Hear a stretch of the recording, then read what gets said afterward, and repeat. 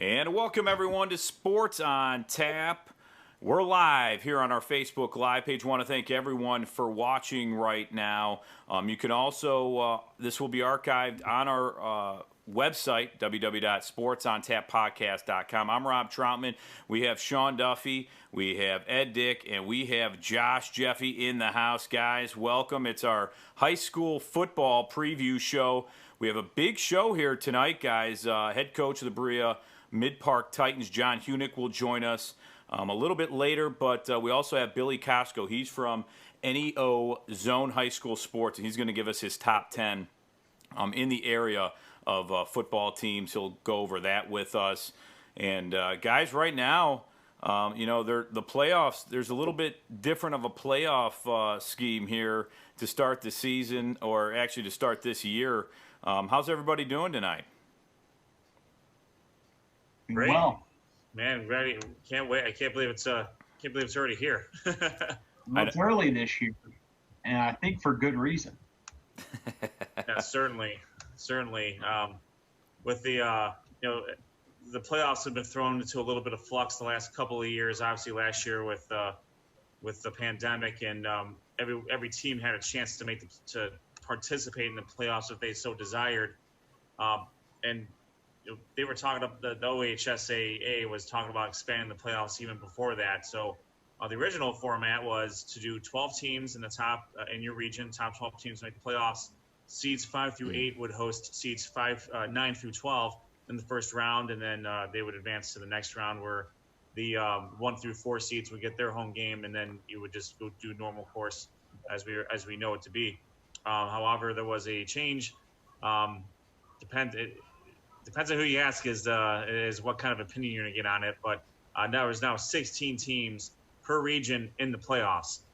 So for Division I, pretty much every team's going to make the playoffs in the region except for 1 or 2. But in the other divisions where there's more like 30-some teams, still half the field makes the playoffs in this format. So that's what it is. It's been met with some controversy. Depending on, again, it depends on who you ask about it. But since we have some time, what do we think about it, guys? Well, I think, like everyone, I was a little hesitant. I was like, wow, 16 teams is a lot. But, kind of how the playoffs went last year, speaking specifically with GCC, you have teams like Medina and Brunswick who made a really solid run that were lower seeds. It opens up the possibility of what could be. Teams that maybe never thought they had a chance to get into the playoffs during a regular year now have that chance. And we had mentioned it in our pre-show meetings of, some of the non-conference matchups that could be a possibility now with the fact that a lot more teams make the playoffs. Teams won't be, quote unquote, afraid to schedule maybe tougher opponents because points aren't as important. They still are, but they're not as important. So that's one aspect I'm looking forward to. And I think a 16-team playoff is just going to be awesome. Yeah, I follow that logic, Josh. Division I, I think you're going to see probably a lot more fireworks. My concern is when you put this one-size-fits-all type of playoff into a Division V and Division VI, because we see that every year where there are, as much as we see in Division I where there are the haves and the have-nots in those regions, I think the disparity is going to be a lot more profound and pronounced as we go into the lower divisions. I mean, there's no reason, and we all know why the same few teams in those particular divisions and regions make it every year, because they're the class of that region. The Coleraines, the Kirtlands, the teams like that are like the traditional powerhouses. I think you're going to see a lot of opportunity, and my concern is maybe not this year, maybe not next year, but down the road, we're going to see a team that's like 4 and 6 making a playoff, making it as a 16 seed, and just getting trounced in the first round, which is essentially the same thing as a bye. Are we going to see a 16 upset of 1? It's possible. But again, if you put the logic and just the sheer numbers, the way the bracket system's set up, you're having that opportunity. And we see it now in another sport, in hockey. I mean, we see it a lot. We talked about it on Ed and I did when we were on the Hockey Zone. We we see that every year where, you know, the top tier teams just have basically two rounds of a bye because they're playing a team that, you know, is barely fielding it because everyone gets in. So you know, while it's great that more teams get an opportunity, I think what you're going to see is the disparity be a lot, the chasm, so to speak, is going to be a lot bigger. Yeah, and I think realistically, you know, when it comes to it, you're going to have blowouts every once in a while. I mean, and I do get that you might have, you know, some team that faces, you know, a little tougher competition and has a 500 record but makes it farther in the playoffs. You just Right. you can balance almost every situation with it, but you know, overall, you know, they'll probably test it this year, see how it works out, and if it doesn't work out, then you know they can tweak some things. You know, this is if they're going to change things right now, it's probably not a bad time to do it with everything that's been going on. You know, with last year, I thought they did a really good job for the situation that everybody was really put in. I mean, it wasn't easy, and I thought we still had a fun playoff race. I know, you know, when we get into conferences, it's going to be fun to talk about, but Avon Lake had a fun year last year, and then it came into the playoffs where there's a controversial call, so they might have other thoughts about that. But it was a fun season for everybody, and I think, you know, test it out and see what happens, and it, you know, you can make changes to it or go back to the old way, but it's worth a shot, right? Absolutely. It is. Last year, notwithstanding, I mean, that needed to happen last year with everything that was going on. You had a very limited schedule, and you really couldn't get a true computer point system from what was going on last year. And we did see some teams last year that would not normally have made the playoffs win a couple games. Sean and your North Worldton went over the regular season. They pulled two upsets off. Put off two upsets in the playoffs. Lake Catholic was I believe a 13 seed in Division III, and they went to the state championship game. Now those are two easy examples that come to my mind because we know what's going on up around these parts. But I am interested in how the 13 through 16 seeds do all throughout the board. I think you'll probably end up seeing one or two of those teams get a win, maybe one per division. In which case you could argue that, hey, see, they just needed a shot and they can pull an upset. But I think I tend to side with Sean on this, in that some teams are just going to be thoroughly outclassed as a 15 or 16 seed. And you know what? You get another game, you get a T-shirt that says you made the playoffs. That's usually never a bad thing. You get the experience. You get Week 11. I mean, we played in Week 11 ourselves, and it was awesome. I mean, it didn't, for none of us, it went the right way we wanted it to, but we made it to Week 11. So there's value in that. Well, we'll, I'm sure, discuss this in more depth as the season goes along, and maybe even later on in the show.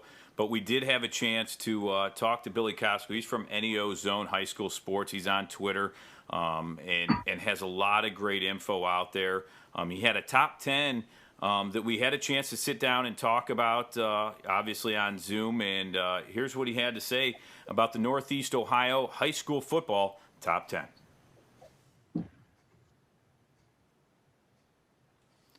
All right, and welcome to Sports on Tap. And now joining us on Sports on Tap's High School Preview Show is Billy Kosco. He joins us from Northeast Ohio Zone High School Sports. And Billy, thanks for taking time to join us.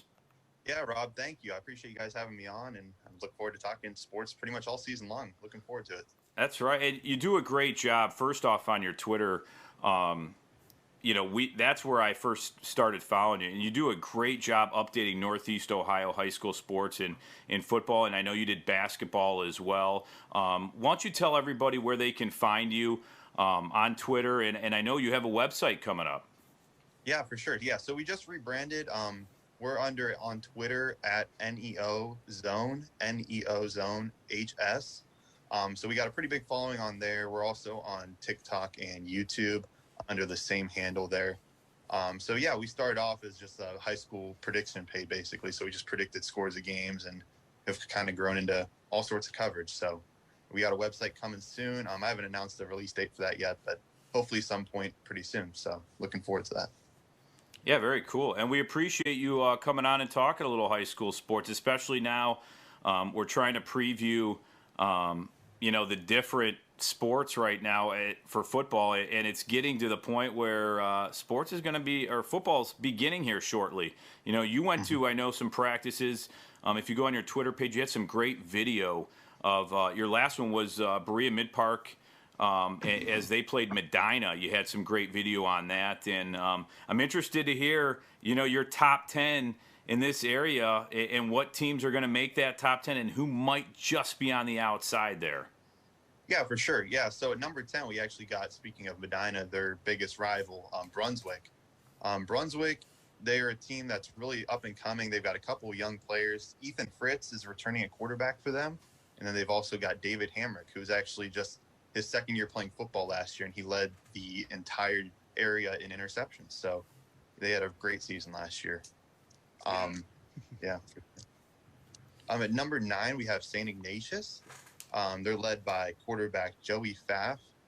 He's gotten some D1 interest, and he should be a key piece for them this year. And then Peter Chalhub is one of the leaders on the defense, which a lot of people might not know his name, but he's a good defensive lineman for sure. And then we got at number 8, we have Massillon. They graduate a lot of guys. I know they're usually out of your guys' coverage area a little bit, but they graduated Wilson Lamp and a couple of guys, and they're all going to big colleges. So they've got Austin Browley, who's returning. He's going to be key for them at receiver. He's also a big-time player at safety as well. And then at 7, we got Nathaniel Sulka and Chardon. Chardon is the reigning Division III champions. They had a crazy game, which I was so blessed to be a part of on the sidelines there against St. Francis de Sales, where they were able to beat them in double overtime. And that was a big win for them. They've got Sulka returning, who's just a beast on defense, and they look to make a run again, I'm sure, this year. At number 6 is Avon. Avon is just, they don't even need an explanation anymore. I mean, they're every year, it's like no matter how many guys they graduate, man, they just come out, compete. They haven't had a losing season in forever. So, yeah, they're definitely one of those teams that are up top every year, and they're going to stay there until they prove otherwise. Yeah, I think, Coach Elder does a great job there, and we've covered them for a long time. And like you said, they seem to lose players every year. And even in the top 10, you look at St. Ignatius and they and a lot of the teams in the top 10, I feel like they continually get players coming back. They have that system that they just know how to work it with a lot of their players, and they do a great job. So I'm interested to see how Avon does in a tough Southwestern Conference. But like you said, they lost some players, but they seem like they're there every year. An impressive 10-1 record last year. Yeah. We got a lot of great coaches here in Northeast Ohio. I mean, you go up to Kirtland, who we can talk about here in a little bit. They're just outside of my top 10, but obviously they're a power with Coach Tiger Laverde up there. So, yeah, lots of great coaches around here for sure. Yeah, number 5 looked like you had the Euclid Panthers. Euclid Panthers, yeah. If we start getting to this gauntlet of GCC teams here up near the top, Euclid, they've got Clayshawn Ivory coming back, who's just the guy who can play all over the field, offense, defense, wherever you need him to play. They've got a new coach over there, so there's some question marks a little bit. I mean, but they're one of the GCC powers this year, and they could definitely compete for that title. Depending on how things shake out, for sure. Yeah, they were a 5-3 record last year, but like you said, they're always at the top and battling in that tough GCC. And Josh knows a little bit about the GCC, that's for sure. Yeah, Billy. Yeah. When I was looking at your top 25, we just got done talking about Avon, how they needed no explanation. They're always good. I was a little curious as to why you put Euclid, who is probably the third, maybe. They're obviously in the top 4 in the conference, but why would you put Euclid ahead of Avon? It comes down to exactly kind of what it sounds like. The Southwest Conference is great, but you got the GCC gauntlet in there where, they're going up against all these great teams. They play great competition. I mean, they're Division I. They're, up there every year. And They got some returning talent, which, Avon does too, but it's hard to ignore their, status in the conference, especially when that conference is so difficult year in and year out.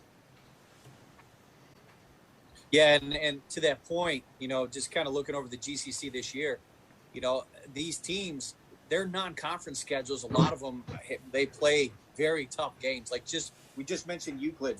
They have 4 non-conference games. Week 1 through 4 is Aurora, Hudson, Cleveland Heights, and St. Ignatius. Not necessarily, that easy of games. Those could be difficult for them, and the rest of the GCC is just like that. So, I mean, I definitely, they're worthy of the top 5 spot, no doubt. But I was just a little curious to see why they're ahead of Avon. So yeah, good, valid points made. All right. Yeah, and then we stay in the GCC as we go up to number 4 here with Medina. I mean, they've got Drew Allard at quarterback. They are just, they've really come into their own. They got a couple of receivers, and I was mentioning to someone who was telling me that Medina doesn't have the weapons for Drew for them to be successful. But I countered that point by saying that good quarterbacks as good as Penn State commit Drew Allard, they create their own weapons. They don't necessarily need to, have all the intangibles on their receiving core. They can make good players, such as Luke Hensley, who came up with torn ACL, I believe, last year, and Drew Allard turned him into a Division I, recruit, which, obviously Luke had obviously a lot to do with that, but, Drew just has a knack for turning those guys into really impressive players. So Medina is definitely a team to watch, especially with how high power their offense is. Yeah, Larry Laird has their 5 wide receiver sets. Returning, you got Juwan Jackson coming back. Brendan Schramm is coming back as well. I mean, those guys have that experience, and that deep playoff run they had last year is really going to help them. So, Medina is going to be one of the top teams in definitely Northeast Ohio this year. I agree with you there. Mm-hmm. Yep, for sure. But can they get over the hump? Can they get over the hump? That's the big question. That's the big question. Yeah, because Medina, I believe the record is 0-9 against Mentor since they joined the GCC together. Oh, wow. Mm-hmm. Yeah, a lot. Yeah, that's a stat. I mean, Mentor's been dominant, but yeah, I mean that. So well, it was Mentor time soon. They're bringing back Brendan Vernon, who just committed to play at Notre Dame, I believe, at defensive end, and he's still young, still got a couple years left. And then they lost Ian Kipp to graduation at quarterback, but they're bringing in Jacob Snow, who actually he replaced Ian Kipp in the playoffs last year and almost was able to lead Mentor that state title game. So definitely some talent on that Mentor team, young talent that not only will put them up at the top this year, but next year as well, probably.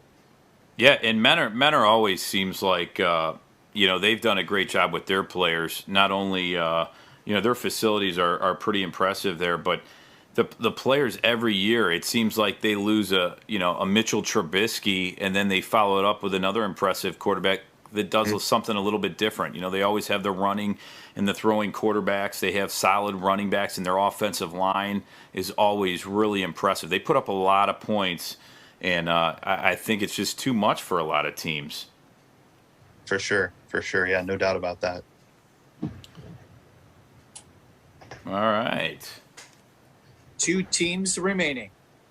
Yep, 2 teams remaining up at the top, and they're 2 schools that, I mean, if you follow high school football, they're just perennial teams. I mean, you have St. Ed's at number 2 is who I have down.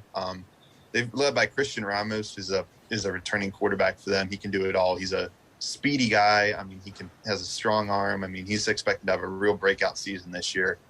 They've got talent, I mean, all over the place, and they're really looking to make a run this year at a state title after falling to Medina really early on last year. Now, how fun was that? I mean, that was crazy. Last year, Medina, they got in the playoffs. They were 6-4, and then they got on a little bit of a run, and I know we talked about them, but that was an amazing game. They had some great games. I think it was Ignatius and Ed's back-to-back, wasn't it, in the playoffs last year? Yeah, and I think against Ignatius, Allard almost set the record for most passing yards in a half. So, they – wow. But back to Ed's, I mean, they're obviously a hungry team. Oh, yeah. They got a lot on their minds, so they'll be out looking for blood this year with a lot of their team returning from last year. Yeah, they will be ready, that's for sure. So who's number 1? That's what we're here for. This is essentially our version of the college football playoffs unveiling. Who's your number one team, Billy? Number one, none other than Archbishop Hoban, the Knights out of Division II.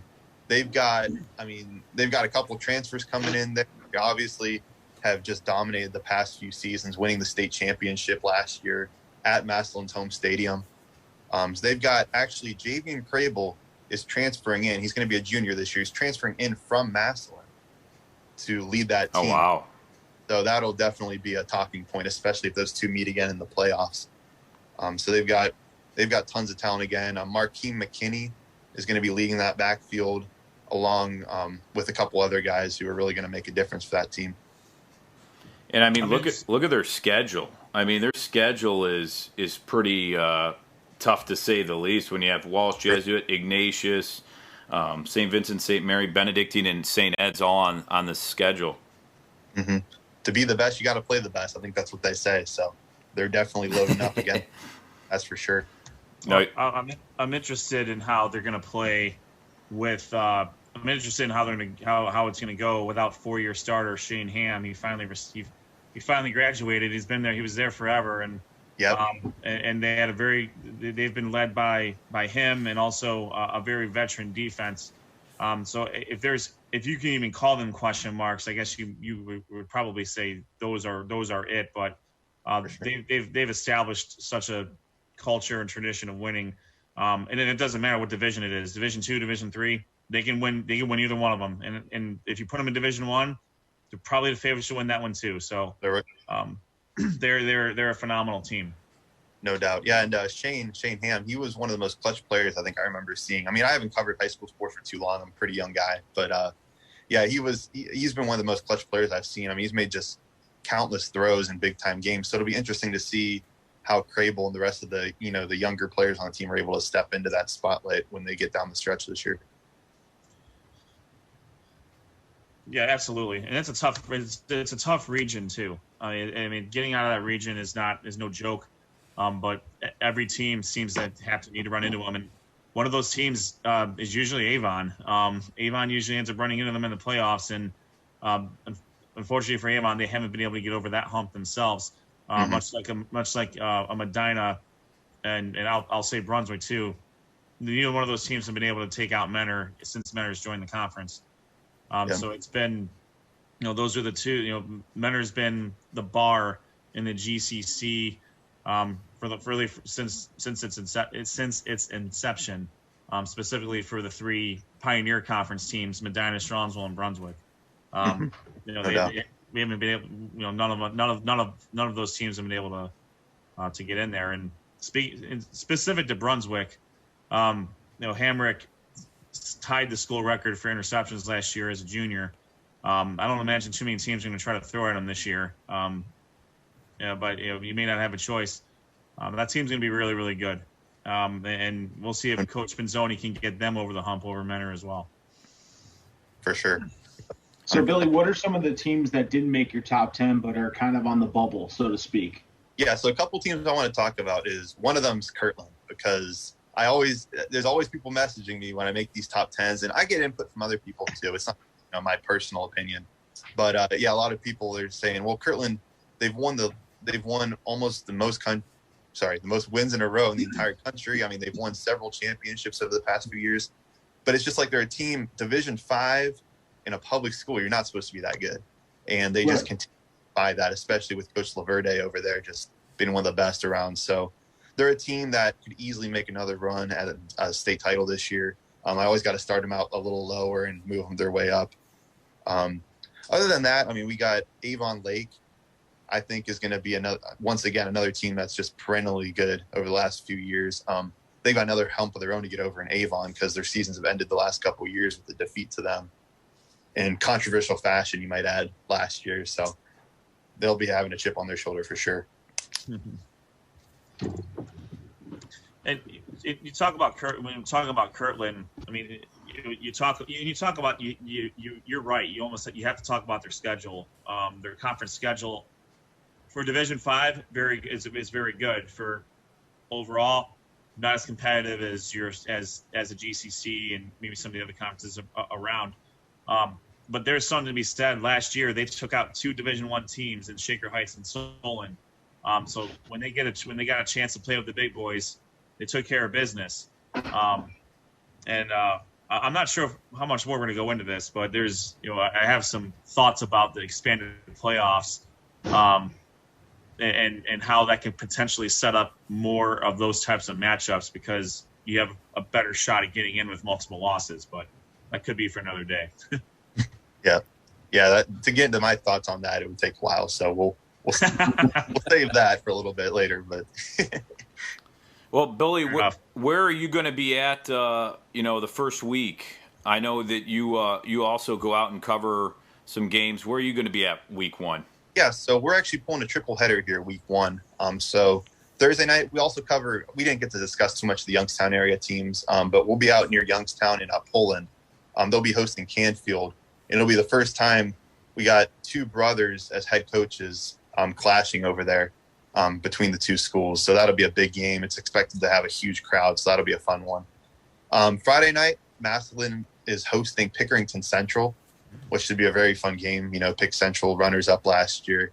Massillon, they've been great. They're in our top 10 here. And then Saturday we've got Holy Name is hosting the game at North Royalton. They'll be playing up against Padua Franciscan. So that'll be another fun game to see for sure. That's very cool. That's always a big rivalry, and specific to Holy Name, quarterback Javon Williams was an absolute stud last year, and I'm looking forward to seeing what he can do this year. They're coming off a regional championship run. They just fell short to Tiffin Columbian in the regional championship last year, but they had a really, really good run.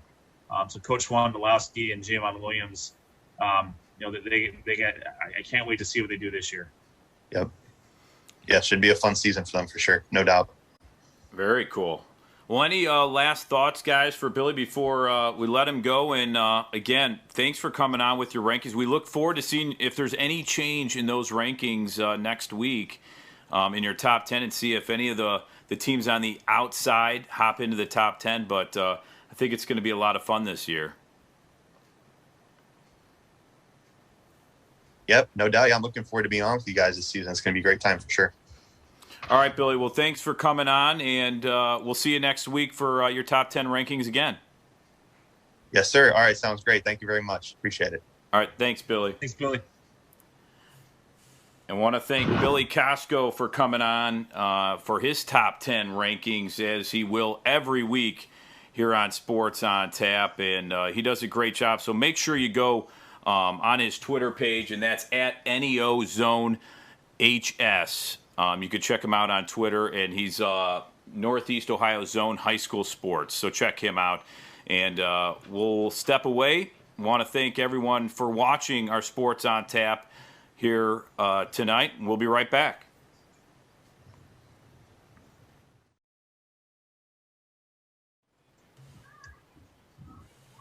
All right, and welcome back. And that was Billy Kosco of N.E.O Zone, or high school, the N.E.O Zone High School Sports, and he's also on Twitter. So I want to thank him for joining us. He did a great job breaking down the top 10 in Northeast Ohio high school football. And coming up is head coach of the Berea-Midpark Titans, Jon Hunek. And guys, we'll give some previews of our conferences, which, looking at, and we can go over a little bit of Berea-Midpark and talk to Coach Hunek about it when he comes on the show. But it's going to be a good time to talk to him, especially with a Berea-Midpark team that I think every year they seem to get better and better.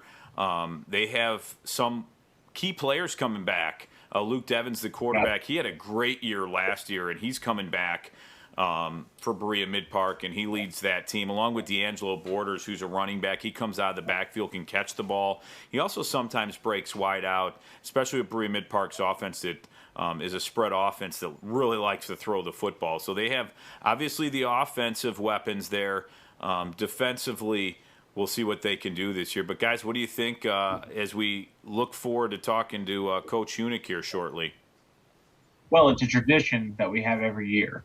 Our preview show is essentially we bring on Jon Hunek. We wish him well. Although a little bit of a departure this year, we're not actually covering the game. that they're playing, so they probably have a shot at winning that game because we are, at least I am, the Titan cursed. Every time I go to a Berea-Midpark game, they always do not pull that victory out, and then I have to say bye to John or Coach Hunek as I'm leaving, and he just looks disappointed at me. So now I can hopefully not have that happen for them this week as they travel to take on Highland in week 1. But well, you might not be allowed to go there anymore then. I mean, I'm sure he'll confirm or maybe. Listen, they're happy that I moved out of there. So I'm particularly interested in how how their defense is going to do this year. I mean, their defense, it's no secret their defense hasn't kept up with the offense over the years. Not to pit the offense versus the defense. If you just got to look at the numbers, and that's what it'll say. But it's I'm looking forward to seeing how Berea-Midpark and really all the Southwest Conference teams are going to do with more non-conference scheduling. I mean, when's the last time that the Southwest Conference had more than one non-conference game? They usually their schedule is usually always set, and you need to find one game. They had to find 4 games this time around. So I'm looking forward to seeing. So they're starting off with Highland. That's a matchup you probably wouldn't normally see. For their one non-conference game. I think they've been playing strong the last couple of years. So I think it's great that they're able to branch out and see some of the other teams in the area. They're non-conferences. Berea, it'd be Highland, Nordonia, St. Francis de Sales, and St. Francis de Sales. So they have 3 non-conference games as opposed to 1, and you have each team's going to present its own different challenges. And Elyria as well. They haven't played Elyria. Elyria joins the conference this year, so that will become a familiar foe for all Southwest Conference teams. But for this year, Elyria is they're a new opponent for most teams. Yeah, and I think it's going to be interesting. Go ahead, Josh. That was Sean. Oh, that was Sean. I was going to say it's definitely interesting. For the past few years we've been covering football. Ed, like you said, it's really been one non-conference game, and then that meat grinder of the Southwestern Conference schedule begins. And I think this allows a team like Berea-Midpark, who prior to the expansion of the playoffs really had to kind of search for computer points to in that Southwestern Conference, and it helped them, but they kind of had to run the table a little bit to get into the playoffs a lot of the times. Now being with the new changes, there's more of a leeway there, but now you're able to, like you said, go out and schedule some teams like a Columbus or DeSales, or 2 teams out of the Suburban League and one in the American and one out of Nordonia. Nordonia is a good team. They're a tough test for anybody. So I think you look at a team like Berea-Midpark and they have an opportunity to hit the ground running, so to speak, as they get into that Southwestern Conference schedule. Whereas, and we talked about this all the time, Rob, is when you for the last few years, it's been Avon Lake in week 1, and immediately the top 2 teams, one has 1-0 and the other one's 0-1, and then they end up having to go through that schedule over the same as anyone else. But a lot of teams find their way as the season goes on, and maybe we're going to see teams that in the Southwestern Conference that can kind of get up to speed a little bit and start playing their best football towards the end of the year, which is really what any coach wants. I mean, if every team's playing their best football in the beginning of the year, it's really a luxury. I think we can't all be the Menners of the world. We can't all be the St. Eds of the world or Hobans of the world. But if you have a team that's rounding into form come playoff time, that's when you want to keep peaking. And I think that's something that I think Coach Hunek's going to really hopefully talk to us about as we look forward to a really competitive season, and it could be a real breakout season for Berea-Midpark. Yeah, I think it's pretty fun to be able to see the conference go and schedule more than one non-conference game, because I think a lot of times it kind of was, one non-conference game, and you're in the thick of it where, it's still going to be tough, the conference games, but losing to North Olmsted, a Westlake, and a Lakewood, I think really forced them to change things a little bit. And, you're going to still have, it's going to be really a competitive conference, but now, these guys are going to schedule some different opponents. And I think it's kind of fun to watch, especially early on, the Avon versus Brunswick in week 1. I think that's a great matchup to see week 1. And both teams, looking to get on the right foot early. Avon, that's a pretty big opponent for them. And same for Brunswick. Brunswick, I think, faced Highland a lot in that first week. This time they face an Avon that you don't usually see kind of matchups like that. And I think that's a fun matchup to really watch. And there's other matchups we'll go over that, are going to be fun to watch early on here in week 1 that you're not normally probably used to seeing. And I thought we saw that last year in the beginning of the season with everything with COVID, is teams were just looking to play other teams. They didn't even care who it was. And Kirtland was a great team that did that. And I thought it was fun to watch them. They were going up against D1 teams and winning. So, and I'm sure you have a lot of opinions and fun things of some matchups and stats and everything going through your head right now for this week 1, because it's going to be a lot of fun. It's going to be here before you know it. And with the expanded playoffs, we have the season starts earlier than we are used to it starting. So we're starting August 20th is the first game of the year. That's nuts. Or August 19th, sorry, for the Thursday team. So yeah. The fact that we're in game week is, and by we I mean Coach Hunek, and we're just observing, is crazy. And now joining us is head coach of the Berea-Midpark Titans, Jon Hunek. And Coach, thanks for taking time to join us here. Thanks for having me on. Thanks for waiting a few minutes too. I just got home from my son's hockey tryouts. So. Oh, nice. Oh, yeah. How'd Dom do? I think he's doing pretty well. He's a good skater. We got to work on his stick handling a little bit, but he can skate. I think he knows a guy that could help him with the stick handling a little bit. He would never listen to me. There's no way. I talk to him and I tell him that stuff. He acts like I'm crazy and don't know what I'm talking about. So that's great. I say, I've coached this hockey for 12 years, Dom, and we were pretty good. He's like, no. Yeah. Football's even worse. He won't listen to a word I say in football either, so it doesn't matter. Oh, man. He loves defense, though, so there must be something going on there. Yeah.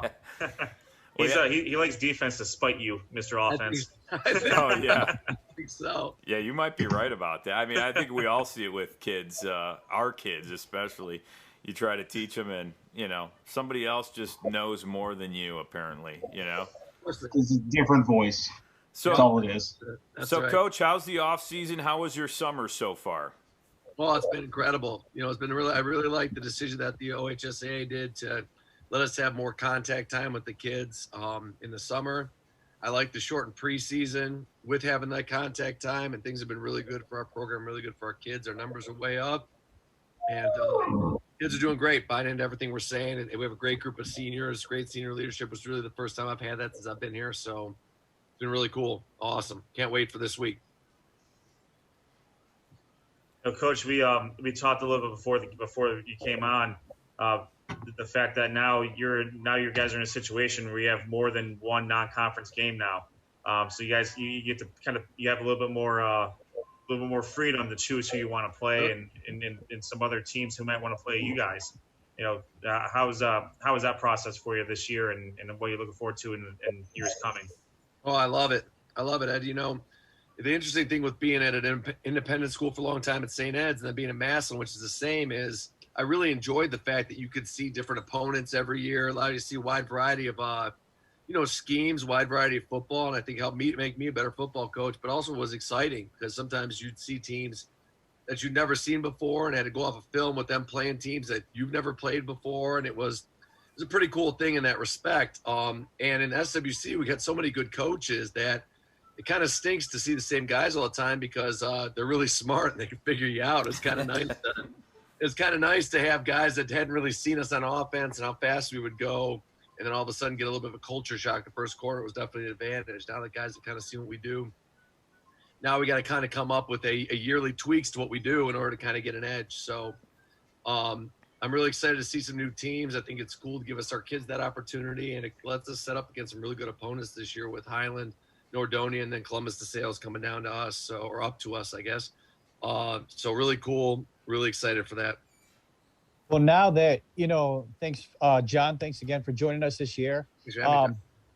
Now you have another team now in your conference, Elyria, who's a new face, and you guys did play them last year. You beat them by 3 points. And now you're not the only Division I team in the conference. There's another Division I team in Elyria. So, how's that going to be working out for you? You got a new little rivalry working up with those guys? Yeah, I'll tell you what, they're a well-coached program. They got a great, similar diversity of kids, which is cool. Similar, I guess, makeup. And I think it's nice to have another big school in the conference. It's like I just said before with the independents, it's cool to have some fresh blood, I guess, some different teams to play. I don't want to say it breaks up the monotony because we got to become more successful in our conference anyways. We got to beat the teams we haven't been able to beat. But it really is nice to kind of have some fresh faces and some new things to see and some new schemes, and kind of makes you a little bit more locked in, I guess, that week, even though you'd hope that we'd be locked in every week anyways. But it's cool. I like it a lot. Coach, we were discussing some of the returning players that you have coming back this year. Obviously, your quarterback, Luke Devins.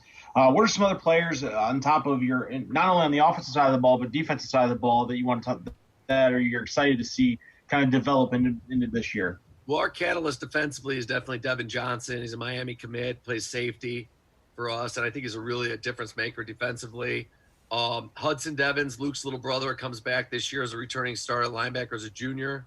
For us, he also plays some tailback for us. Aquan Bell, return at linebacker. And it's interesting because our scheme kind of morphed last year to kind of get a feel for our kids, having a really limited offseason and preseason. I mean, we didn't put pads on until week 1. It was we kind of morphed into what we're running now, which is like a 3-3 stack. And I gave our kids kind of a good feel about that. I mean, we played North Royalton week 10 last year. I think we started something like 10 sophomores just due to either injuries or due to the fact our senior class wasn't very big. And so those kids got some nice experience at the end of the year into what we kind of developed into, which is what we've carried over to this year, which is that stack defense. So kids like Aquan Bell, juniors like Michael Crouch, Josh Medina, Josh Bronick, who's a returning starter at safety for us. Cameron Cupox, a returning starter at corner, will be really good for us. D'Angelo Borders, who's a good player for us on offense. So is Cam, that'll play defense for us as well. And it was nice to get back a senior who didn't play last year due to everything going on with COVID, Ben Silva, who played as a sophomore, who will be a difference maker, not just on defense, but on offense for us. We have so many of those skilled guys kind of in the mix, have a nice rotation of kids on both sides of the ball. I think we'll be really good in that respect. The kids will be fresh. We had a great team speed. I mean, that's the thing I think that'll really stand out when you see us play, is our team speed's exceptional everywhere, even on the offensive defensive line. So that's something I think will give us an edge going into games, and a lot of our kids have that, and we'll show that on Friday nights. Coach, with with everything that happened last year, what are maybe what's one or two things you may have learned going through what you went through last year that's going to make you a better coach this year and going forward? Efficiency, I think, is a big thing, Ed. Cutting out what doesn't really matter, whether it be an offense or defense or special teams. I mean, a big change for me this year is I've taken over the special teams. So that'll be a big change for me. I'm really excited about that because I think it's really cool. It made me learn a lot more about football, I guess, than I think I knew in the past. And I think will make me a better head coach because having never really coached on the defensive side of the ball, as you guys know, I've been an offensive coach my whole career. I'm really lucky to have a great defensive coordinator, Matt Wilson. That I think's doing an excellent job. But at the same time, having been more involved with special teams, I think, has made me a more well-rounded head coach, have more understanding about the flow of the game, and I think will make me make better decisions for our football program. So I think that's one thing. And like I talked about, the efficiency of practice, right? I mean, when we only had so many limited practice before we played, it makes you really think about what you do and what's worth your time and what's not, and really being great at executing, not necessarily have so many different things you can't necessarily practice in a practice. Really let us sharpen the sword instead of trying to do too much new stuff. I mean, we will have some new wrinkles, and we will do a little bit more things we haven't done in the past. And I think when you guys see us play, you'll see a couple of things that might be a little of a surprise to you guys offensively that we'll do a lot more of that we haven't in the past. But at the end of the day, I think it was that efficiency and making the most of people's time and making the most of our kids' time. That's been really good. Keep our kids fresh for the weeks as opposed to dragging them down in practice. Yeah, Coach, and we're with Jon Hunek, head coach, Berea-Midpark. Matt Gould, Cleveland.com, did a nice feature on you guys, the training camp visit. And one thing you mentioned was now you're seeing some players that are coming full circle through the youth program. And this is the first time you've been at Berea-Midpark now 6 years. You know, just what's that feeling like to see these kids grow into this system and become leaders of your team? Well, that's awesome. I mean, that class with all those kids I mentioned, seniors-wise, you know, I can go through all 24 of them. They're awesome kids. This is the first time we'll have a big senior class, which is really cool. And these are the kids that, you know, that when I first started were in 7th grade and decided to kind of stay in Berea instead of going to the Eds, the Ignatius, the Padua, the Holy Name. So I think that really helps us in regards to talent, first of all, but it is really, really cool to see those kids mature and develop. I mean, take a kid like D'Angelo Borders, let's say, who will be really a catalyst to a lot of our team this year. Is a really talented young man. The coolest part about him this year is to see him mature as a young man, you know, to see his work ethic change, to see his ability to be coached change and get better, and to see his leadership change. I mean, it's been really fun. And to see his body, you know, also to see his body change in the weight room. I mean, there's a kid that relied on his shiftiness, you know, for the last 2 years in the slot. And we'll find a lot of different ways to get him to football this year because he's a strong kid now. You'll see him break a lot of tackles and make explosive plays, even more explosive because he's going to break a tackle as opposed to making a kid miss. And the ability for him to do both is huge. And that's really across the board for our kids. I mean, we're really lucky to have a great strength coach that comes out of T3, Dale Roddick, who actually works with the Browns offensive line as well. And he's really been a difference maker in changing our team speed and our team strength. And so Friday night was really cool. But that maturity, I had all our seniors over on this past Wednesday for a cookout, cooked them, you know, bought like $400 in steaks and had the kids over, and they were in my living room. 25 kids filled into my living room, which was insane because of course it's pouring rain and I'm cooking out in the pouring rain on my charcoal grill. Got my jacket on there, all inside watching WWE and watching some Highland film. But it was really cool to kind of see and have them together because they're really, I think we have a really tight bond, myself and those kids, and because we've been together for almost 6 years. So it's going to be really neat to see him play. I'm going to miss him a lot when it's gone, so I'm trying to make the most of every moment I get the opportunity to coach those kids up. Yeah, and how ready are you guys? I mean, you know, I remember when we played, and you know, you're going against each other, and it's nice you guys had a scrimmage. I know we had Billy Kosco from the N.E.O high school zone on, and he was there, and he covered the Medina Berea-Midpark scrimmage a little bit, and it was interesting to see some of the video he got. But you know, you're scrimmaging other teams, and finally you get to hit somebody other than your own teammates. How excited are the kids and you as the coaches? I'm sure you've come a long way and really bonded over this, you know, past year in the off season. Are you ready for the season and to focus one game at a time here and have a great season? And I'll add a quick note, John. Your Macho Man glasses were awesome. I appreciate that. It's a big thing we're pushing our special teams right now. Is you know, you'll see on our sidelines we got a big WWE Universal Championship belt that our kids are getting when they make plays on special teams. And you know, I'll tell you, we're chomping at the bit to get it going, man. I mean, our kids are jacked. I haven't had a group, like I said, who's more locked in at this point, is just excited to play football and is really playing for each other. And that's the thing too. We're lucky to have talent, but at the end of the day, it's no one kid that's really going to make the difference for us. The best part of our team is how they really are playing as a team right now. We're playing really complimentary football.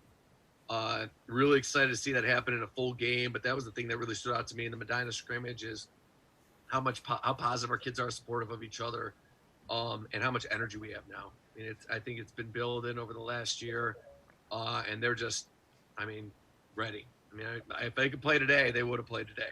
I mean, I think we're ready, coaching staff.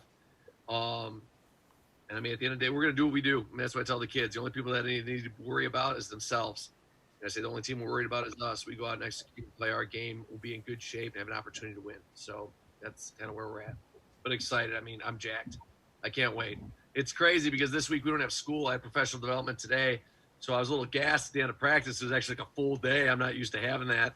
But we don't have school the rest of the week. So it sucks. It's like that it's like that time between when the kids get to the school and you're going to the game, and you get to the game, you got like that hour or so till actually anything happens. Oh, it's man. like, it's the worst. Yeah. Now it's like that every day till I get to practice.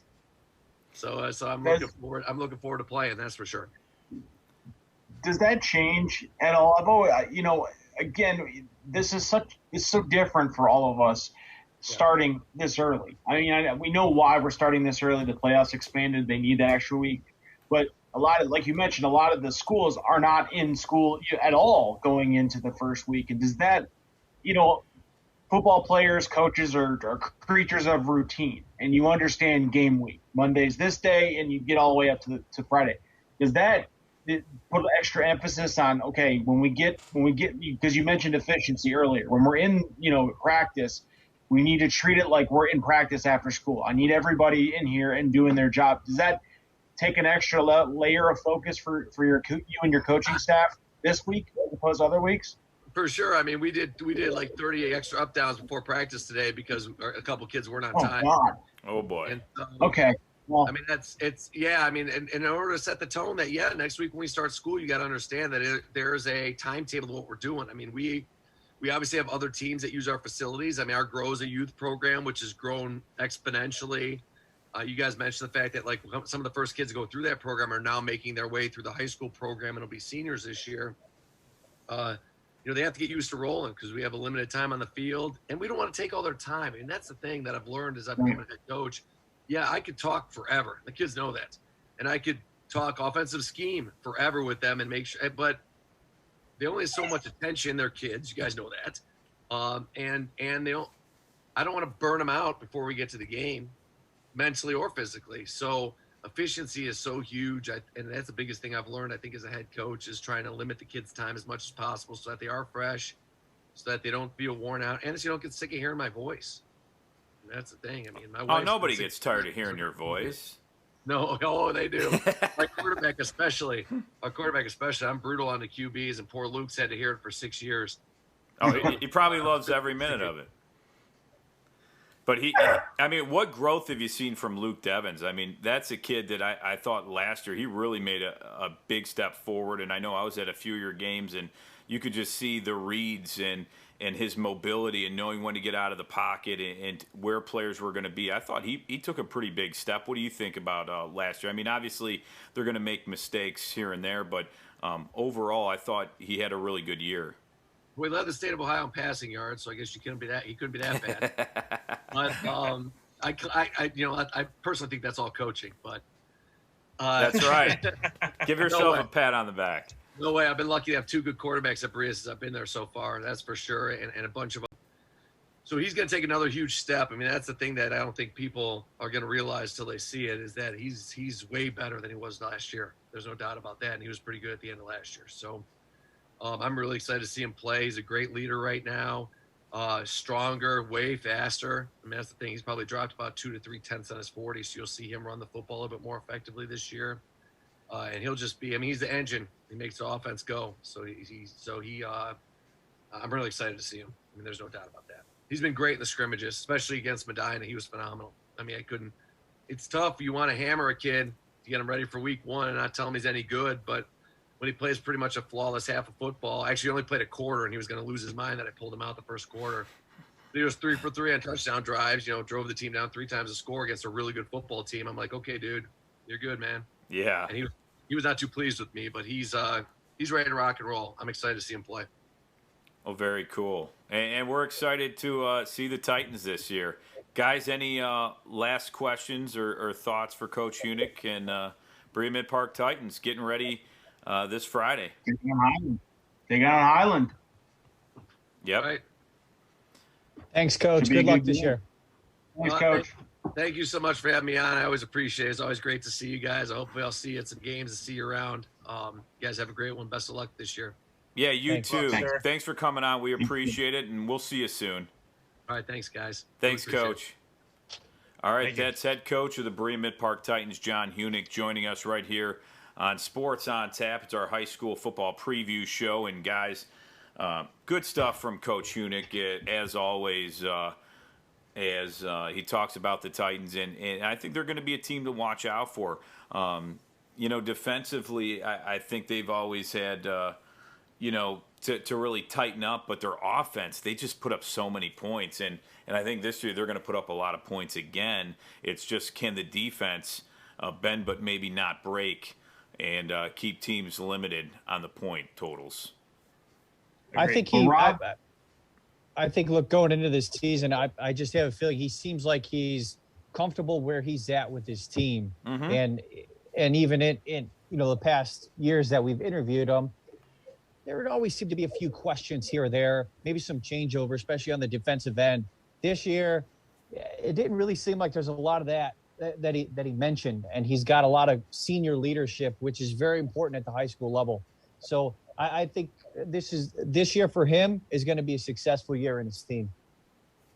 I agree. I think they're my dark horse to come out of the Southwestern Conference, possibly given some run. But Rob, fellas, I think what we need to do now is let's set the table for week 1. Let's set the table for week 1 in our respective conferences. Shall we? We shall. All right. And guys, we're going fancy this year. I'm not saying we're going to just talk about it. No. We're going to show you. We're going to be about it. So, ladies and gentlemen, without further ado, I give you your week 1 in the Greater Cleveland Conference. We start off with Avon traveling to take on the Brunswick Blue Devils. Hudson traveling to take on Solon. Bit of a question mark in Solon this year because they didn't have a lot of opportunity last year with the pandemic. Got to wonder what they have for this year. Strongsville taking on Avon Lake. Guys, Avon and Avon Lake are both playing some really good competition in the GCC. Euclid travels to take on Aurora. Don't sleep on Aurora, ladies and gentlemen. Do not sleep on Aurora. They do this every year. Yep. They have a great non-conference schedule. Menor versus McKinley. This is a big game, I think. A big game for both teams. I think it sets the table for both these teams going forward. And then Medina traveling to take on Warren Harding. That's your GCC week 1. Josh, tell me what your thoughts are. Well, Sean, first of all, great job with that. I love it. Good job segueing week 1. But just looking at the conference overall, again, you're going to start at the top. The Menor Cardinals, they're bringing back Jacob Snow as quarterback. He actually started their state semifinal game for them last year. But they're actually led by a solid defensive front line there. They actually have 2 players on the front, actually 3 players, one 6'5", the other 6'3", the other 6'2". And they're 2 seniors, Matt Savior and Benny Loduca. Those are the 2 seniors. And then you have Brennan Vernon, the defensive end stud junior. He's coming off the strong side. So not only Menor have great offense, they're going to be led by a stacked defense. So they're obviously the top of the conference. But right behind them, we're going to have the Medina Bees led by Penn State commit Drew Allar. We kind of talked about that with Billy Kosco. Brunswick coming off a really successful season led by Ethan Fritz, the senior quarterback. They're going to have some playmakers, not only on offense, but they also have some playmakers on defense that are coming back that we mentioned with Billy.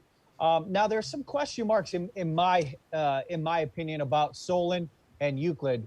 They have first-year head coaches, both of them, Brian Wisniewski at Solon. And let me make sure I get it right on my notes here. Rick Little, he's going to be starting at Euclid. So those 2 coming off of pretty successful years in terms of what they had dealt with. Sean, you mentioned about Solon. They didn't play the first 3 weeks of the season, came back, actually won 2 games. So kudos to them. Euclid had a good regular season, just didn't have enough in the playoffs. And then Strongsville, again, Strongsville always has some D1 commits on the Lucerito going into his 5th season. They kind of took a step back last year after a successful 2019 campaign. So we'll see what happens this year. They're not going to be any pushover by any stretch of the imagination. No one in this conference really is, but it's what I like to see is the non-conference schedule. You have some SWC games. You have Menor, who's going to be playing McKinley. They're going to be playing St. Ignatius and St. Ed's again. And Medina playing Morton Harding. Just some great non-conference games that are going to be tune-ups for their conference schedule. It's going to be really interesting. And again, all these teams are Division I. So for the most part, barring any catastrophe of these teams, I'm assuming all 6 will make the playoffs in Division I. So pretty much, one of the key terms we have on this show is meat grinder, and that's what the GCC is this year until it gets to the playoffs, and then the grinding really happens, and we'll see. But as of right now, it looks like the top 2 teams, Menor and Medina, and we talked about it with Billy. Can Medina get over the hump? They have not beat Menor since they came into the GCC. Great stuff, Josh. Now we're going to move on, ladies and gentlemen, our next conference. Here's your week 1 schedule for the Southwestern Conference. Avon, as we mentioned, going to Brunswick. Strongsville traveling to Avon Lake. Elyria versus Elyria Catholic. That's a matchup that people in the Lorain County area are circling because these are 2 really good teams. Berea-Midpark, as Coach Hunek said, is traveling to take on Highland. Amherst versus Valley Forge. Will you see a SOT member roaming the sidelines of that game? Stay tuned. We may have some information on that. North Olmsted, now officially not in the Southwestern Conference, but returning to the roots while they're taking on North Ridgeville. Olmsted Falls travels to Lorain. Midview versus Rocky River. Rob, give us a little preview of what to look for in the Southwestern Conference. Well, Avon, they lost some players. N.E.O Pappas was their quarterback last year. He's no longer there. And right now there's no word or confirmation on a quarterback yet. We'll wait for Coach Elder to give us that. But they still have some good athletes there on the defensive end and offensive end that have been there. But they're gonna have to have guys step up. They're a young team, but they always regroup and reload. Avon Lake, they lost some players as well. They lost Gage Dusler, the running back. They lost Michael Corbo, the quarterback, who they had huge impacts last year. They need guys to step it up as they still have some offensive linemen that are there again. And they had a really good season last year. It was unfortunate how they lost, but they have Matthew Stewie, a wide receiver, that's going to hopefully step it up. He played some good games last year. Nate Schillinger, the tight end. And they return Owen Wiley, where Ed will like this one. He was the first Lorain County, first all-district, third all-Ohio kicker. And Avon Lake really did rely on him a lot to kick field goals. And when they couldn't punch it in the end zone, he was kicking 30 to 40-yarders and putting them on the board and keeping them close in some tough games. So I thought, for Avon Lake, they did lose a lot. They lost Mitchell Fetters as a big-time receiver. Sam McCulloch is another receiver, but they always have guys step up, so we'll see how that goes. Elyria and Elyria Catholic, that's a rivalry game at Elyria Catholic. And Elyria Catholic, they got a nice new field now, some new turf there that they're ready to play on. But that's going to be – Illyria's trying to make a stride here, and I think they made a good jump from the GCC into the Southwestern Conference where – they have some pretty athletic players that can really compete in this league. I'm interested to see how they're going to do in the Southwestern Conference to start. We went over Berea-Midpark with Coach Hunek. That's going to be a great game versus Highland. Berea-Midpark, Luke Devins, like I said last year, he made a huge jump. He had some really good wide receivers to throw to. D'Angelo Borders is going to be his main guy out of the backfield. I think that's going to be key there. Amherst, they had their quarterback Blevins there, and I believe he was graduated, but they're going to face a really good Valley Forge team. That should be a good one. And Amherst is a team that likes to pound it on the ball, or pound it on the ground rather. They did lose a few running backs, but they, I believe, they had Torrey Weatherspoon they have back.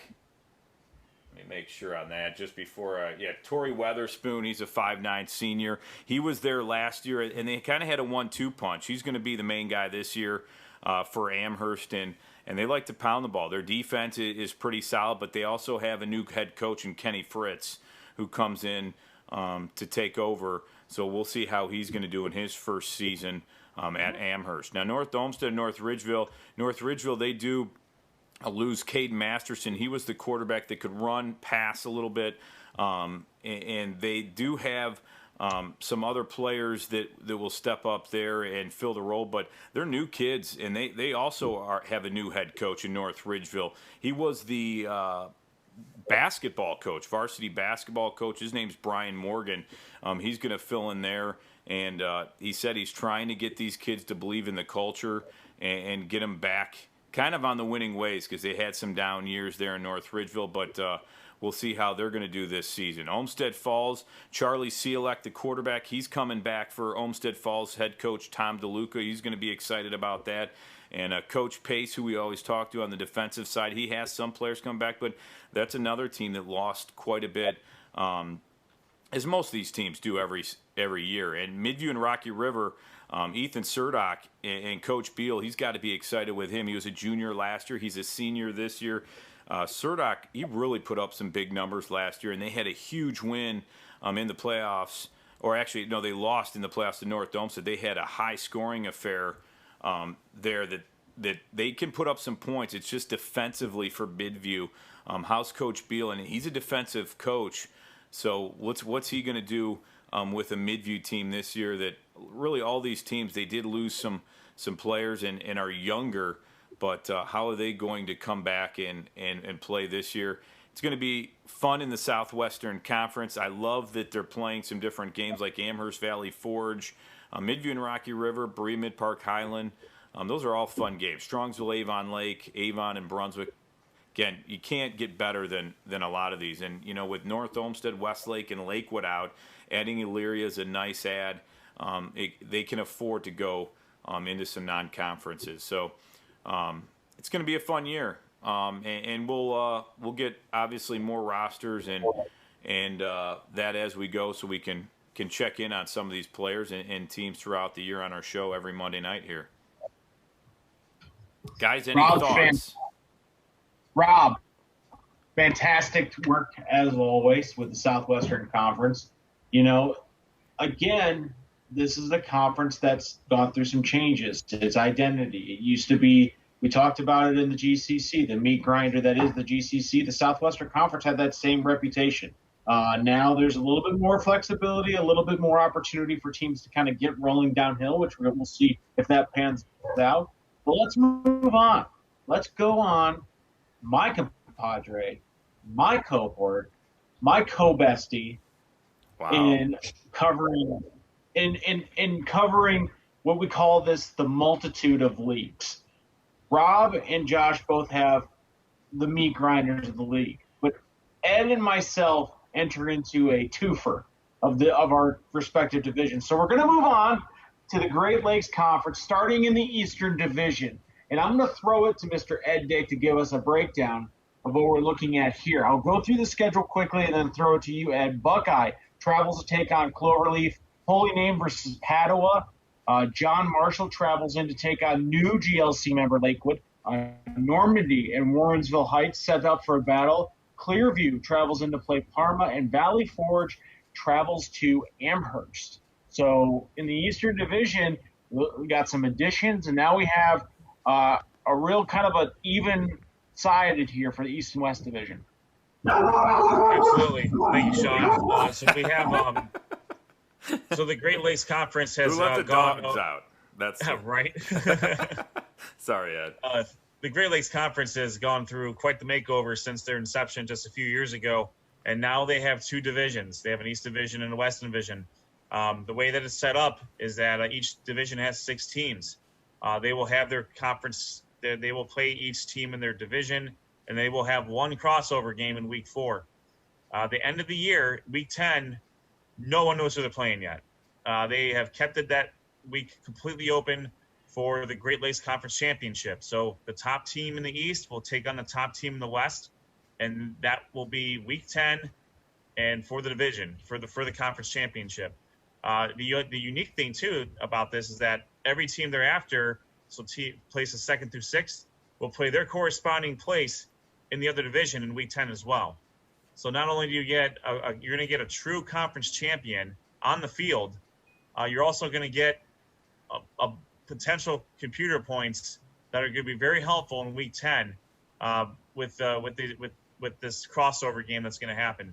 You may run the risk of having to play the same thing, the same team you played in Week 4, but it's a great concept that I haven't seen before, and at least in Northeast Ohio high school football. So I'm looking forward to seeing how this is going to play out. This is tremendous.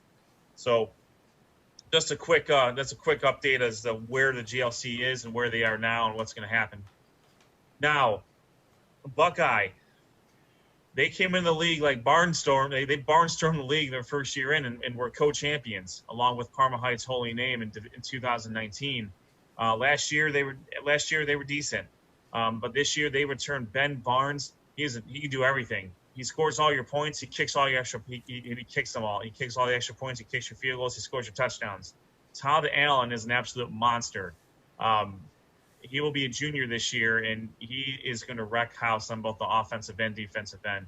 And Coach Dennison has picked up exactly where Coach Pinzoni left off, and has just continued to churn out good teams. Holy Name is with Coach Wondolowski. They went to the regional championship last year. They advanced further than any team in the GLC last year in the playoffs, led by quarterback Javon Williams, who is an absolute stud. He'll be a junior this year, and I'm looking for big things out of Holy Name in this conference. I think there's a couple teams I have in mind in this division that they're going to do pretty well. Lakewood and John Marshall. This is when Lakewood moved from the Southwestern Conference to Great Lakes Conference, I thought that was a really good move for them, and this will further that. I think they have a pretty good game against John Marshall. Normandy and Warrensville Heights. Normandy's fallen on some tough times the last couple of years, so hopefully they can get on track and get some wins this year. Parma taking on Clearview. Similar situation. Parma is usually good for 1 or 2 wins, but overall, they haven't probably won as many games as they would like. And then Valley Forge and Amherst. Valley Forge is going to be tough. Coach Marcello DeAngelis runs a triple wing or triple option offense, and they are led by probably the premier running back in the area. His name is Kentrell Marks. He was an absolute monster last year. Multiple 200-yard games, multiple multi-touchdown games. He'll be going both ways. And Eddie Starks was his backup. He moves to quarterback this time, so he'll be a quarterback feeding Marks in the backfield. So you got 2 good threats in Valley Forge's offense there for Coach DeAngelis to deploy. So this is going to be a great division, and I'm looking forward to seeing how this is going to shake out. Yeah, you're right. With Kendrell Marks, he was a player I got to see last year, and he was impressive. He was at Buckeye, and Buckeye has a really good defense, but Marks was one of those shifty runners. I believe he's going to Purdue Yes. on a scholarship, so he's one of those players that you really have to contain, or he could be dangerous. That'll be a fun one though, because Amherst is a good team defensively. Absolutely, and both teams like pounding the ball. You may not see more than 10 drives per team on this game. So we'll see how much yardage gets chunked up on the ground here. That's right. Well, now that we've talked about the Great Lakes Conference in the Eastern Division, let's go ahead and go through the Western Division. In their Week 1 games, Bay Village travels into play West Geauga. As we mentioned, Elyria will play Elyria Catholic. That's on there twice. Fairview will play Lutheran West. North Olmsted versus North Ridgeville. Again, we've covered that along with the Elyria Catholic game in the Southwestern Conference breakdown. Also, Midview will travel to take in Rocky River. And newly acquired to the Great Lakes Conference after coming up playing independent last year, Westlake will travel to take on last year's Cinderella team, North Royalton, in Week 1. Go, Ed, give us a little breakdown of the Western Division here in the Great Lakes Conference. Absolutely. Bay Village has traditionally been very good. They can win. They win games in the conference, and then they've also done pretty well in the playoffs. That's a great first round match. That's a great first matchup, though. First game against West Geauga, though. West Geauga is certainly no slouch. I think these are two evenly matched teams. That'll be a great game, a great opener for both teams. We talked a little bit about Elyria and Elyria Catholic already. Elyria Catholic graduates a lot of talent. Stephen Navalinsky is no longer there. Same with Jared Franz. They both moved on. But they do return running back Levi Ellis, who as a sophomore was a star. And he also got a good amount of playing time as a freshman 2 years ago. Unfortunately, their year was cut short by COVID, which is too bad because that team had some potential to do some damage in the playoffs. So we'll see if they can pick up where they left off last year. Fairview, a rivalry game against Lutheran West. That'll be a pretty good. I think that'll be a good game, and we'll see what Fairview can do in this division. Them along with the Elyria Catholic are the two Division 5 schools in a league that has a lot of Division 3s and a lot of Division 2s. So we'll see how that shakes out for Fairview this year. North Olmsted, they're moving over. They don't particularly get out right away because they have to go back to the Southwestern Conference for their first game. But I think North Olmsted and Westlake are both going to be good teams. So I think they're both going to be very well competitively. We know Coach LaRocco. He's got his team ready to roll in Westlake, and they're looking forward to joining this conference as well. And then Rocky River. I think Rocky River is a dark horse in this division. In this division, quarterback Braden Spees is back. I don't remember if it's Spees or Spies. They will correct me. And then both, Tommy Beebe returns, and then he was a stud last year for them. So they have a lot of talent coming back. So Coach Josh Wells I think is going to give Elyria Catholic and Bay Village, and I think they're going to do pretty well this year and set up a really, really good Great Lakes Conference Championship game in Week 10. So it's a meat grinder in a different way. These teams beat up on each other. You may not see a 10-0 team come out of this division, come out of this conference, but they're all very evenly matched, and that's what makes this division fun, or this conference fun. Yeah, and a lot of games. They're going to Great Lakes Conference in this West against the Southwestern Conference. So, and they're not too far away, which is fun. So it's kind of right down. Midview and Rocky River are right there. North Olmsted and North Ridgeville. They had some great games. When North Olmsted was in the Southwestern Conference, and now you get Elyria and Elyria Catholic. They always played versus each other, but you have some great games there. West Geauga and Bay Village too. Really, a lot of fun non-conference games. No doubt. Well, Ed, as always, the man with the plan, the man with the stats, giving us the skinny on what to expect in the Great Lakes Conference, both East and West. We're going to go ahead and take a walk over to the Suburban League, starting out with the American Division here, where Euclid, again, as we mentioned, the GCC, travels in to take on Aurora. Barberton will host Louisville. Twinsburg versus Copley in a cross-division matchup. Cuyahoga Falls and Stowe in another cross-division matchup. Berea-Midpark and Highland are from each other. That's all right. In our interviews. Revere travels to take on Woodridge. Firestone versus Kent Roosevelt, and Ravenna will travel to take on Talmadge. And when looking at the American Division, I guess all roads would have to go through Aurora. They're returning their quarterback, Alex Moore. Most of their offensive line is coming back. Their defense is coming back. They really, I think, in the American Division is going to go through Aurora. Don't count out Copley. Copley was 4-0 last year in conference against the conference and played mainly the national division due to the regional issue there. But now they're back playing in the truly American Division. But I think Aurora is probably your class, but it wouldn't surprise me if Copley threw them something or was able to play very well.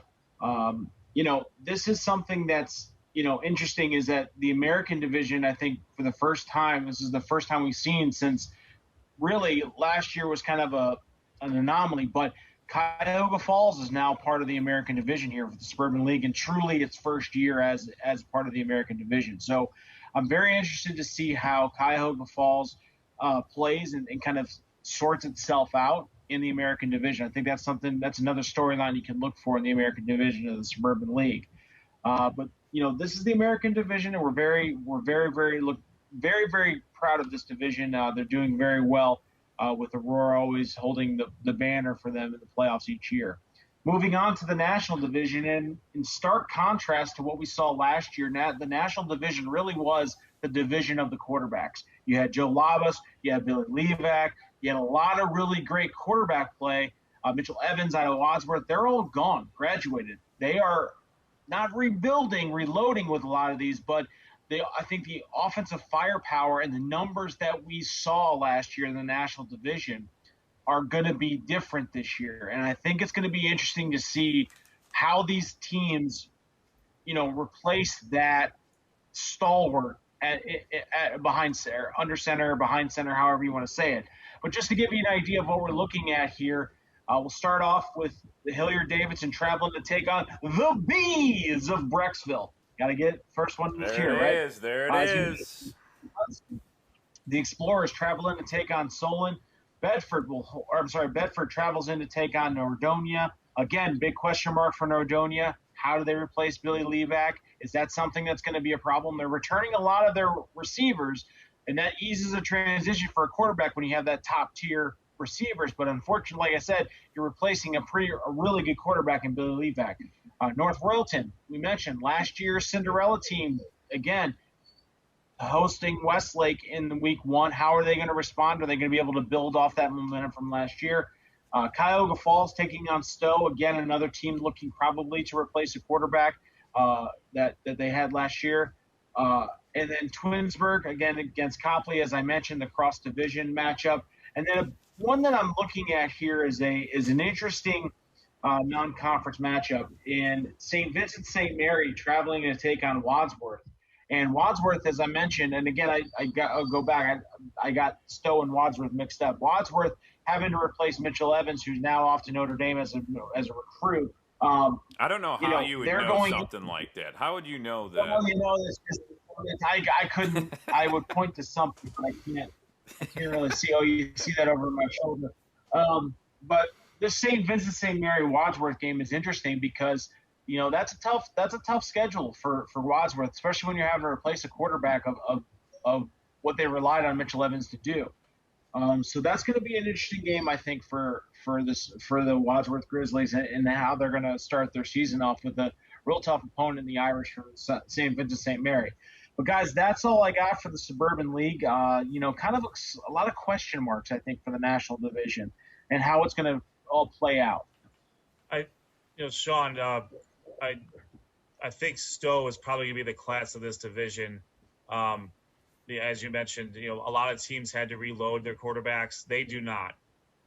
Owen Bainbridge is a returning 4-year starter, and their offensive line are a bunch of studs. Their running back is a stud. There's not a whole. Maybe defensively they may have some question marks, but it seems to me that I think Stowe is probably best set up to make a big run in the Suburban League National Division and see what they can do in that big school in the big school region. It was just a couple of years ago when I was still covering the Suburban League National Division that they made it to the state semifinals when they had Jason Gobble and Kyle Van Treese, who's now at Buffalo, I believe. So having Owen Bainbridge took over for that guy, and he's going to Bowling Green. So it's going to be a really, really good. I think it's all roads here lead to Stowe. So Stowe and Aurora, as you mentioned earlier, Sean, are probably going to be the two, the class of each division in this conference. Yeah, I mean that's a great point, Ed, and you never really, when you're looking at that, I think you're right. Just given what's returning on paper, a team like Hudson though is always there, no matter what year it's year in and year out. It's a team. I think it could be a 2-horse race in the National Division between those two teams. But again, it's just you never know with these teams. They're so well. There's a lot of parity in the national division, a little bit more so than in the American division. But you never know, and that's what the exciting thing about the start of a new season is that everyone's got the same record, and we'll see where it all shakes out. And that's why we have these 10, 11 weeks. Well, yeah, and I think this year specifically, nobody really knows, because last year was so all over the place. You really don't get a true identity of each team. Usually, some of our more prominent teams that we talk about every year being successful, we know what they're going to be. But there's a lot more teams now with the way that the schedules are that we just quite don't know. And we won't know until probably weeks 3 or 4 once they start getting into conference play. Yeah. Agreed. And Sean, that's a good point about Hudson. Hudson's always there, and it doesn't matter. It doesn't matter who's playing for them. They always seem to. They're always around in the playoffs and then competing for the national division title. So you're right. Definitely a 2-team race between Stowe and Hudson. Well, and sorry to interrupt, Ed, but speaking of Hudson, I mean, there's a late season matchup where Brunswick travels to Hudson, and a weird week 9 interconference matchup that could have potentially a lot of playoff implications in terms of seeding. So, Hudson's always one of those teams that's there. We'll see how they are. Yep, you're absolutely that'll be interesting. Right. Maybe one of us will take a triple Hudson way to check out the Blue Devils versus the Explorers and see what happens there. You never know. That's right. And Josh, we have a few games this week we're going to be headed to. Yeah, I was going to say, before we get to week 9, we got to get through week number 1. And we got two featured games this week. I will be traveling right down the road. I'll be staying in Brunswick as Avon takes on the Brunswick Blue Devils. That's going to be a great week 1 matchup. The other featured game Rob will be heading to.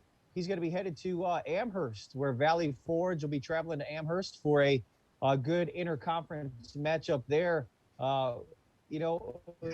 Again, these early season meetings we've talked about all show that we're looking forward to, and these are just 2 that we'll be featuring. So when we go there, make sure you follow us at SOT Podcast on Twitter. We're going to have in-game updates as well as in-game highlights, video highlights of big plays. And then, of course, we'll go to our website, sportsontapodcast.com. We'll have our nice wrap-up of the game, our featured games, as well as those video highlights that we mentioned beforehand. So very much looking forward to get back out there on the sideline to cover these games. Yeah, we're going to have a lot of fun, and I'm excited. High school sports or high school football is back, and it's always an exciting time. And remember, everyone, on Monday nights at 7:30, we will have this live right on Facebook Live. We'll have every Monday night at 7:30 our high school football show. We'll kind of go over the standing scores, give you some stats. And if you're a high school out there that has stats, you can send stats or stories or whatever you want to sportsontappodcast@gmail.com, and we'll obviously use those on our show. That way we have and even pronunciations. Those are very helpful when it comes to names. We do our best, but we don't want to butcher any kids' names on here. We want to get them right. Yeah, we're going to butcher names.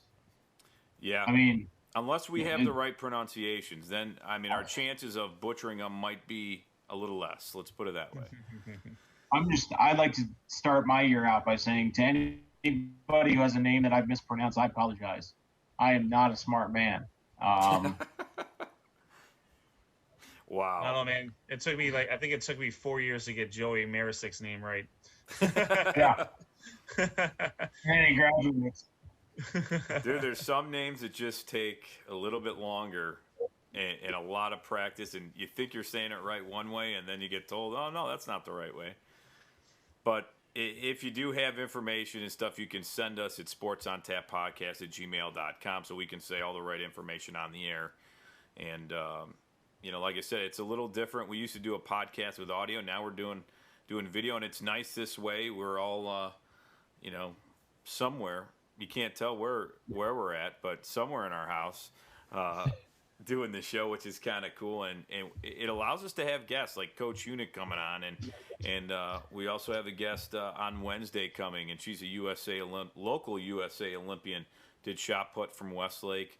Adelaide Aquila is coming on our show Wednesday, so that'll be a great show to have her on and feature her a little bit and all her successes at Ohio State and as making the USA Olympian or Olympic team. So, we're doing a lot of cool things here at Sports on Tap, and excited to get out Friday night. That's going to be coming up soon, and boy, I better be ready. Gonna have the fingers ready with the video highlights and making sure I get the names right, because hopefully they take it easy and don't score too much on this week 1. I don't know. Based on Jon Hunek, I think if he's like every other coach, it's pedal to the metal. Run it up, baby. And that's with Avon and Brunswick. I think there could be some scoring there, and I know with Valley Forge they were able to. There you go. Start warming them up now. We're ready. I'm ready. All off season, just ready to go. That's right. It's going to be fun, guys. Any other thoughts or want to talk about anything else before we close down the show here? It's week 1, man. I'm pumped. I mean, high school football has had a special place in probably with all of us throughout the years, and being able to do what we're doing again this year is fantastic. I'm very pleased that we've gotten to where we are, and we're going to keep pressing on and getting teams coverage where they may not get coverage. So that's why we're here. That's right. Yep. Yeah, and to that point, Ed, just make sure you follow us at SOT Podcast. That's where you're going to get all the updates, not only in game, but about our shows. We're going to have Billy Kosco on every week from N.E.O. Zone High School Sports. He's going to go over his weekly rankings with us, so we're looking forward to that. We thank him for that as well. Yeah. He's going to be out at some games. Make sure you check over, follow him on Twitter as well. He's got a good slate of games going this week as well. So we will all have you covered. We appreciate everyone for watching tonight, and just keep following us. And don't forget, if you can't watch our show live, we're on YouTube as well. That's right, Josh. Great job. And people can get interactive. They can comment on Facebook. I'll try to pay attention to it while the show's going on. You can comment and ask questions for guests if we do have them, and have some fun with us. So want to appreciate everybody for watching on our Facebook Live. Sean, Ed, Josh, great job tonight, and we'll do it again next Monday. Yes, sir. Take care, everyone. See you guys. Good. All right. For Sean Duffy, Ed Dick, Josh Jeffy, I'm Rob Troutman. We'll see you next time for Sports on Tap. See you later.